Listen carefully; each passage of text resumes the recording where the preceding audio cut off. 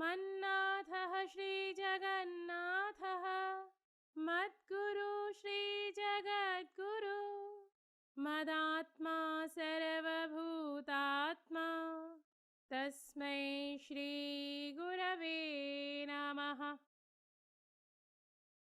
आप सभी को नमस्कार। धर्मधारा के सत्संग श्रृंखला में मैं तनुजा ठाकुर आपका हार्दिक स्वागत करती हूँ। हमारे श्री गुरु एवं वैदिक उपासना पीठ के प्रेरणा स्रोत परात्पर गुरु परम पूज्य डॉक्टर जयंत बालाजी आठवले एवं हमारे आराध्य देव भगवान शिव के चरणों में वंदन कर आज का सत्संग आरंभ करती हूँ। आज का विषय है क्यों ना पिएं कृत्रिम शीतल पेय, अर्थात वर्तमान काल में प्रचलित कोल्ड ड्रिंक्स का सेवन क्यों नहीं करना चाहिए। वर्तमान काल में चित्रपट जगत के नटों एवं क्रीड़ा जगत के खिलाड़ियों को देखकर विवेक शून्य भारतीय विषैले कृत्रिम शीतल पेय पीते हैं, किंतु उनके ये तथाकथित स्वार्थांध आदर्श अर्थात रोल मॉडल्स समाज से प्रेम नहीं करते हैं। अन्यथा ऐसे विषैले पेय का विज्ञापनों के माध्यम से वे कभी भी प्रचार नहीं करते, अपितु आज के समाज के आदर्श बने इन लोगों के लिए पैसा ही भगवान होता है और वे धन अर्जित करने हेतु अपनी अंतरात्मा को ताक पर रख किसी भी सीमा तक गिर सकते हैं और धन प्राप्ति हेतु समाज को यह विषैला एवं घातक पेय पीने हेतु उद्युक्त करते हैं, जबकि वे स्वयं इसका सेवन नहीं करते हैं, क्योंकि उन्हें ज्ञात है कि वे जिसका विज्ञापन कर रहे हैं वह उनके सुडौल, सुंदर और स्वस्थ शरीर के लिए घातक है। किंतु आज का समाज इन नीति शून्यों को अपना आदर्श मानता है और ऐसे लोगों का अनुकरण करने में गर्व अनुभव करता है। यही इस देश की विडंबना है। हमारे देश में इतने सारे सात्विक पेय पदार्थ जैसे नींबू पानी, दूध, ठंडई, छाछ, लस्सी, काढ़ा, शरबत, नारियल पानी, भिन्न फलों का रस होते हुए भी आज का समाज इन तामसिक रासायनिक शीत पेयों को गर्व से पीता है। इससे अधिक बुद्धि भ्रष्टता और क्या हो सकती है। धर्म प्रसार के मध्य रेलयान में यात्रा करते समय मैंने कितनी ही माताओं को अपने दुधमुए संतानों को दूध के स्थान पर कोक या पेप्सी जैसे शीत पेय पिलाते हुए स्वयं देखा है और उन्हें ऐसा करते देख मेरा मन उद्विग्न हो जाता है और मुझे यह बताना पड़ता है कि ऐसा करना अनुचित क्यों है। इससे ही आप सोच लें कि आज का यह समाज किस मानसिक और बौद्धिक पतन की ओर अग्रसर हो रहा है और इन तथाकथित आदर्शों द्वारा किए जाने वाले मायावी विज्ञापनों का प्रभाव समाज के मन मस्तिष्क पर कितना अधिक पड़ रहा है। अतः सर्वप्रथम तो आज के समाज को यह सिखाना होगा कि हमारे आदर्श कौन होने चाहिए। हमारे आदर्श धन लोलुप, सत्ता लोलुप, नीति शून्य, विवेक शून्य, राष्ट्रद्रोही, धर्मद्रोही एवं समाजद्रोही लोग नहीं होने चाहिए, अपितु हमारे आदर्श ऐसे व्यक्ति होने चाहिए जिनकी कथनी और करनी में समानता हो, जिनका जीवन त्यागमय हो एवं जो समाजहित, राष्ट्रहित एवं धर्महित के कार्यों को साधना समझकर करते हों। ऐसे ही व्यक्ति समाज के आदर्श हो सकते हैं, यह ध्यान रखें।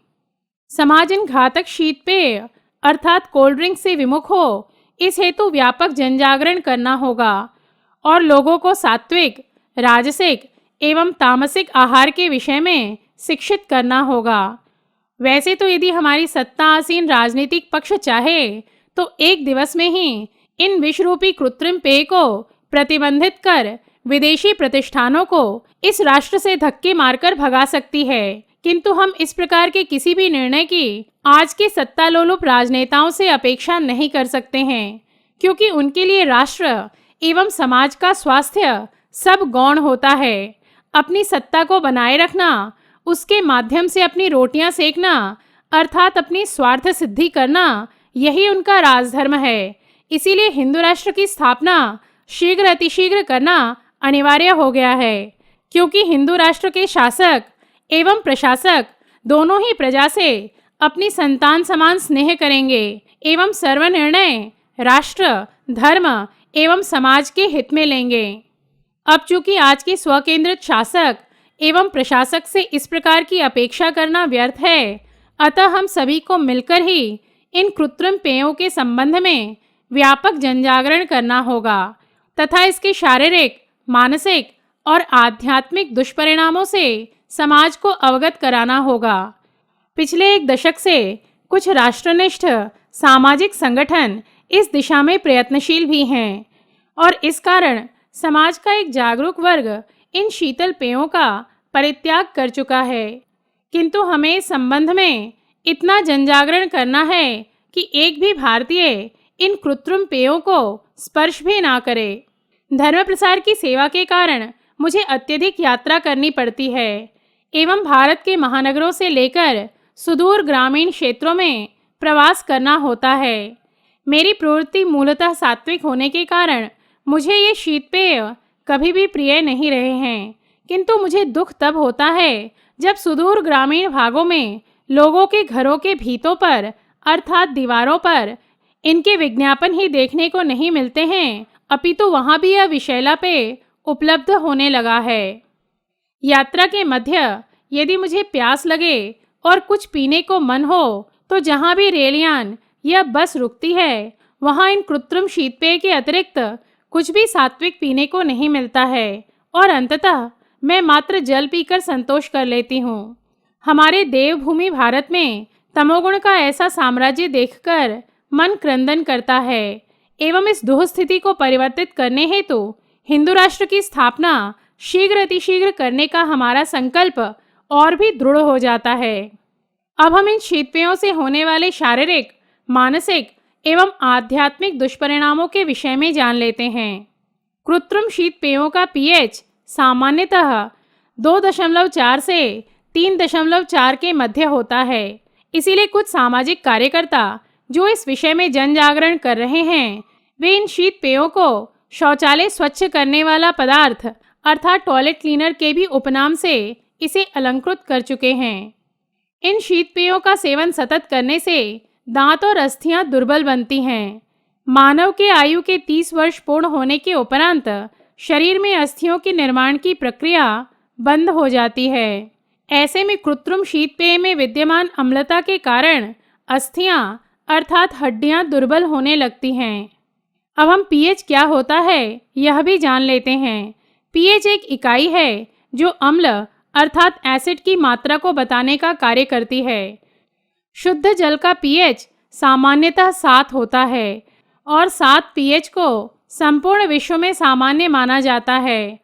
और जब जल में हाइड्रोक्लोरिक एसिड या सल्फ्यूरिक एसिड या नाइट्रिक एसिड या अन्य कोई भी अम्लीय पदार्थ मिलाया जाए तो पीएच का वैल्यू 7 से घटकर 6 हो जाएगा और अधिक अम्लीय पदार्थ मिलाने पर तो ये मात्रा 5 हो जाती है। इस प्रकार जितना अधिक अम्लीय पदार्थ मिलाया जाएगा उसका पीएच उतना ही न्यून हो जाएगा।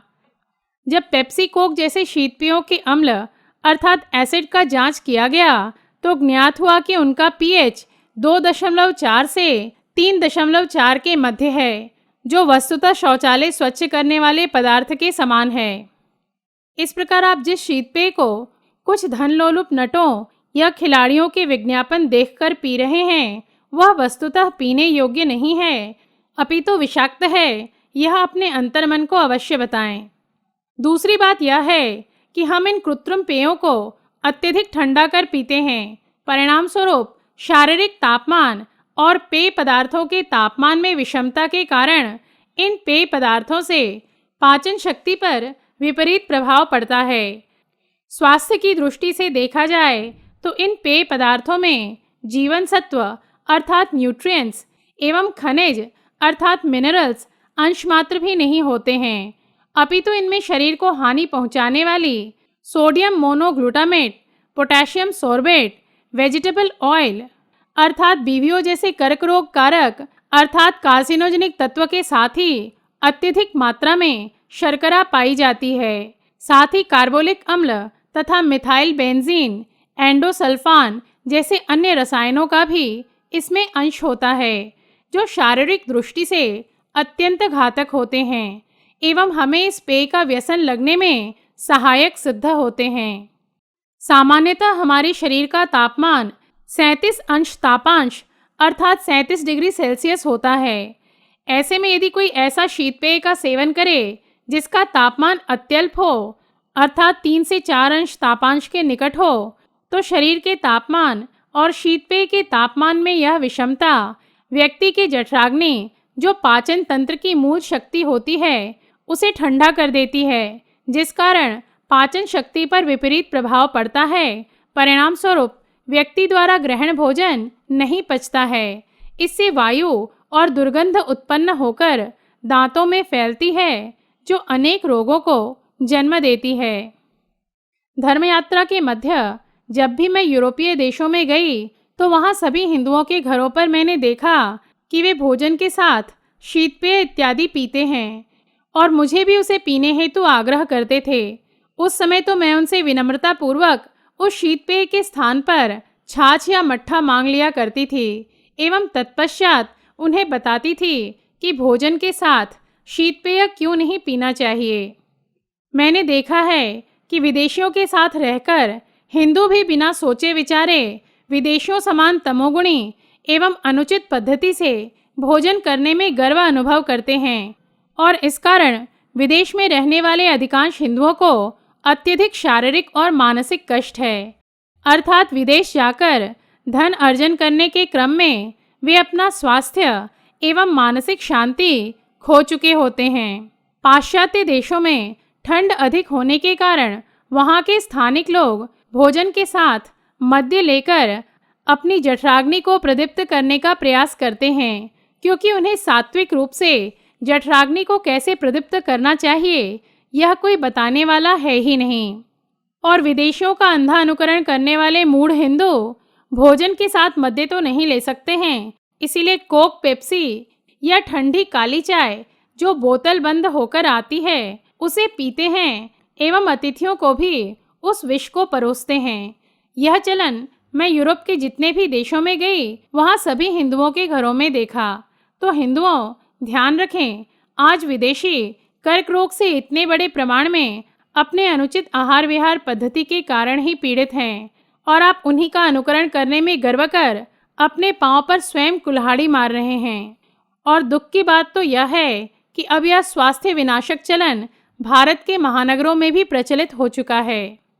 भारत की FDA अर्थात फूड एंड ड्रग एडमिनिस्ट्रेशन के द्वारा किए जांच एवं शोध अनुसार अमेरिका में जो पेप्सी और कोला बिकता है और भारत में जो शीत पेय बिक रहे हैं वह वहाँ से 40 गुना अधिक विषैला होता है।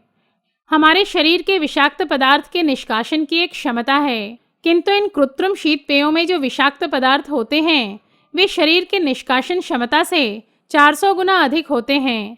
ऐसे में इनके नियमित सेवन से यदि कोई व्यक्ति अनेक रोगों से ग्रसित हो जाए तो कृपया आश्चर्य ना करें। इन शीत पेयों को कार्बोनेटेड वाटर भी कहते हैं। आज के समाज की विवेक शून्यता तो देखें कि मनुष्य को प्राणवायु के रूप में ऑक्सीजन अंदर लेना चाहिए और कार्बन डाइऑक्साइड बाहर छोड़ना चाहिए। यह सामान्य सा तथ्य जानने के पश्चात भी अनेक लोग, जिसमें शिक्षित और उच्च शिक्षित भी हैं, वे इसका रुचिपूर्वक सेवन करते हैं। इससे ही समझ सकते हैं कि हम भारतीयों की बुद्धिभेद इतनी सीमा तक की जा चुकी है कि हमारे स्वास्थ्य के लिए क्या उचित है और क्या अनुचित है इसका भी निर्णय हम अपनी बुद्धि से नहीं ले पाते हैं। कृत्रिम शीत पेय रासायनिक पद्धति से मात्र धन अर्जित करने हेतु बनाया गया है। इस उद्देश्य में अहम होने के कारण इस पेय में सात्विकता नहीं होती है, अतः इसमें वातावरण की सूक्ष्म अनिश्शक्तियाँ सहज ही आकृष्ट होती हैं एवं इसी कारण अनेक लोगों को इसका व्यसन लग जाता है। इस कृत्रिम पेय को पीने से व्यक्ति का मन अस्वस्थ होता है, जिस कारण वह उत्तेजित होता है। इस पेय के मायावी सुगंध एवं आकर्षण शक्ति के कारण लोग उसकी ओर आकृष्ट होते हैं और उनके मन में इसे पीने की इच्छा निर्माण होती है। कृत्रिम शीत पेय पृथ्वी तत्व से संबंधित होने से अनिष्ट शक्तियों की काली शक्ति शरीर में घनीभूत होती हैं, जिस कारण प्राण शक्ति न्यून होकर अल्पकाल में ही अनिष्ट शक्तियों की पीड़ा होती है। एक सरल सा तथ्य जान लें कि तमोगुणी आहार से अनिष्ट शक्तियों का कष्ट सहज ही होगा एवं उस कारण शरीर में असाध्य रोगों का जन्म होगा।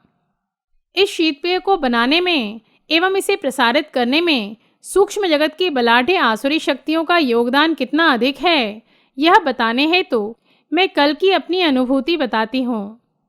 कल अर्थात विक्रम संवत अनुसार वैशाख शुक्ल एकादशी दिनांक 17 मई 2016 को जब मैं इस विषय को धर्मधारा सत्संग में लेने हेतु इसका लेखन और संकलन कर रही थी, तो मुझे अनियंत्रित नींद आ रही थी और संध्या 4 बजे से रात्रि 11 बजे तक मैं अपनी निद्रा के साथ संघर्ष करते हुए इस छोटे से लेख को पूर्ण नहीं कर पाई।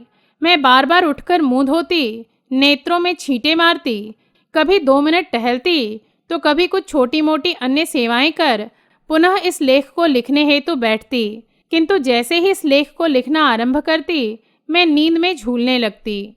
सामान्यतः धर्मधारा सत्संग के विषयों के शोध एवं लेखन में, उसके ध्वनि मुद्रण में एवं उसके संकलन में प्रतिदिन सूक्ष्म जगत की अनिष्ट शक्तियों के कारण कष्ट होता ही है और यह सेवा निर्विघ्न हो इस हेतु सर्व आध्यात्मिक उपाय भी समय समय पर करती रहती हूँ, किंतु कुछ सत्संगों के प्रसारण में मुझे अत्यधिक कष्ट होता है और आज का यह विषय उसका प्रत्यक्ष प्रमाण है। कल मैं चाहकर भी सत्संग के लेख को पूर्ण नहीं कर पाई और ना ही इसका ध्वनि मुद्रण कर पाई। कल लेखन करते समय अनियंत्रित नींद के साथ ही नेत्रों में जैसे कुछ चुभ रहा हो, ऐसे कष्ट भी हो रहे थे। मैंने इसलिए बार बार जल से अपने नेत्रों को एवं मुख को भी धोया, किंतु उससे भी कुछ विशेष प्रभाव नहीं पड़ा। साथ ही अम्लपित्त का अर्थात एसिडिटी का भी कष्ट हो रहा था और शरीर में सूजन भी आ गई थी। अंततः रात्रि 11 बजे लेखन को अधूरा छोड़कर मैं सो गई और आज ब्राह्म मुहूर्त में ही इस सेवा को पूर्ण कर पाई हूँ। इससे ही इस मायावी विषैले पेय का सूक्ष्म आसुरी शक्तियों से कितना घनिष्ठ संबंध है, यह ज्ञात होता है। शारीरिक, मानसिक और आध्यात्मिक हानि के साथ ही इस पेय के कारण हमारे देश के जल एवं अर्थरूपी संसाधनों की भी अपरिमित हानि हो रही है। वह कैसे, यह आपको बताती हूँ। भारत सरकार का एक विभाग है जिसका नाम है BICP अर्थात bureau of industrial cost and prices. इस विभाग को भारत में उत्पन्न होने वाले हर औद्योगिक उत्पादन की लागत ज्ञात होती है एवं इनके अनुसार एक बोतल पेप्सी या कोक की लागत 70 पैसे होती है और वह भी उत्पादन शुल्क देने के पश्चात, अर्थात यह कारखाने के बाहर की लागत है। इस प्रकार यदि एक बोतल 10 रुपये में बिक रहा हो तो लगभग 1500% का लाभ ये विदेशी प्रतिष्ठान एक बोतल पर अर्जित कर रहे हैं। इससे समझ सकते हैं कि ये प्रतिष्ठान अब तक कितने सहस्र कोटि रुपए भारत से लूट चुके हैं। दूसरी बात यह है कि इन कृत्रिम शीत पेयों के निर्माण में अनमोल भूगर्भीय जल संसाधनों का अपव्यय हो रहा है। वह कैसे, यह जान लेते हैं। पेप्सी कोला की एक बोतल बनाकर विक्रय करने में अर्थात बेचने में 10 लीटर जल का व्यय होता है। बोतल में तो मात्र 300 मिलीलीटर का ही पेय होता है, किंतु शेष जल बोतल को धोने में एवं अन्य संयंत्र अर्थात मशीनरी धोने में व्यय होता है। भारत में पेप्सी कोला की ही मात्र 600 से 700 कोटि बोतल विक्रय की जाती है, अर्थात भारत में प्रतिवर्ष 6 सहस्र से 7 सहस्र कोटि लीटर पानी इन कोला प्रतिष्ठानों द्वारा उपयोग में लाए जाते हैं। सेंट्रल ग्राउंड वाटर अथॉरिटी का कहना है कि सरकार इन बहुराष्ट्रीय शीत पेय प्रतिष्ठानों से भूगर्भ जल के प्रयोग का कोई शुल्क नहीं लेती है, जबकि खेतों में भी पानी छोड़ने का कर अर्थात टैक्स सरकार द्वारा लिया जाता है। यह है निधर्मी लोकतंत्र का समाजद्रोही विधान। इस प्रकार पेप्सी और कोला जैसे विदेशी प्रतिष्ठान में भारत के अनमोल भूगर्भ जल संसाधन का उपयोग कर सहस्रों कोटि रुपए लूटकर विदेश भेज रही हैं और हमारी सरकार इस जल पर इन प्रतिष्ठानों से कोई शुल्क नहीं ले रही है। दूसरी ओर भारत देश के 2 लाख से अधिक गांव पीने के पानी से भी वंचित है। जिस देश में स्वतंत्रता के इतने वर्षों पश्चात भी अर्थात 40 कोटि जनसंख्या को पीने के लिए पानी प्राप्त नहीं होता है, उस देश में शीतल कृत्रिम पेय पर इतना अधिक भूगर्भीय जल का अपव्यय राष्ट्रीय स्तर का अपराध नहीं है तो और क्या है।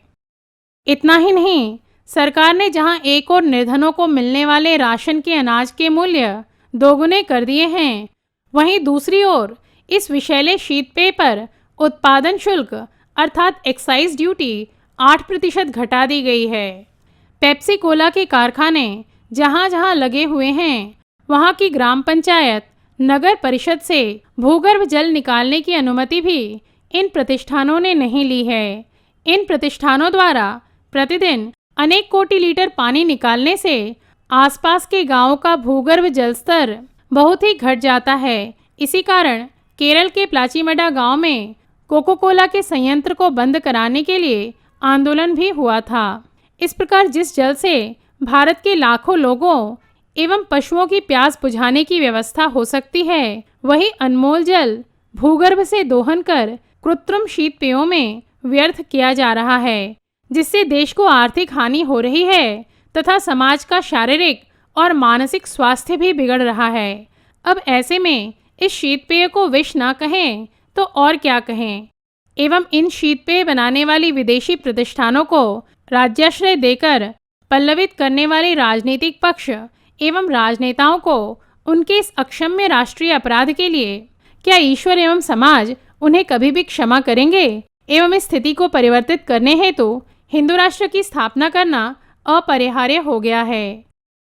आज इन्हीं शब्दों के साथ हमारे श्री गुरु परम पूज्य डॉक्टर आठवले एवं भगवान शिव के चरणों में कृतज्ञता व्यक्त कर सत्संग समाप्त करती हूँ। धर्म और अध्यात्म से संबंधित धर्मधारा की सत्संग श्रृंखला में हम नए तथ्यों के साथ पुनः उपस्थित होंगे। तब तक के लिए नमस्कार। जय तो हिंदू राष्ट्रम। पूर्णमदः पूर्णमिदं पूर्णात् पूर्णमुदच्यते पूर्णस्य पूर्णमादाय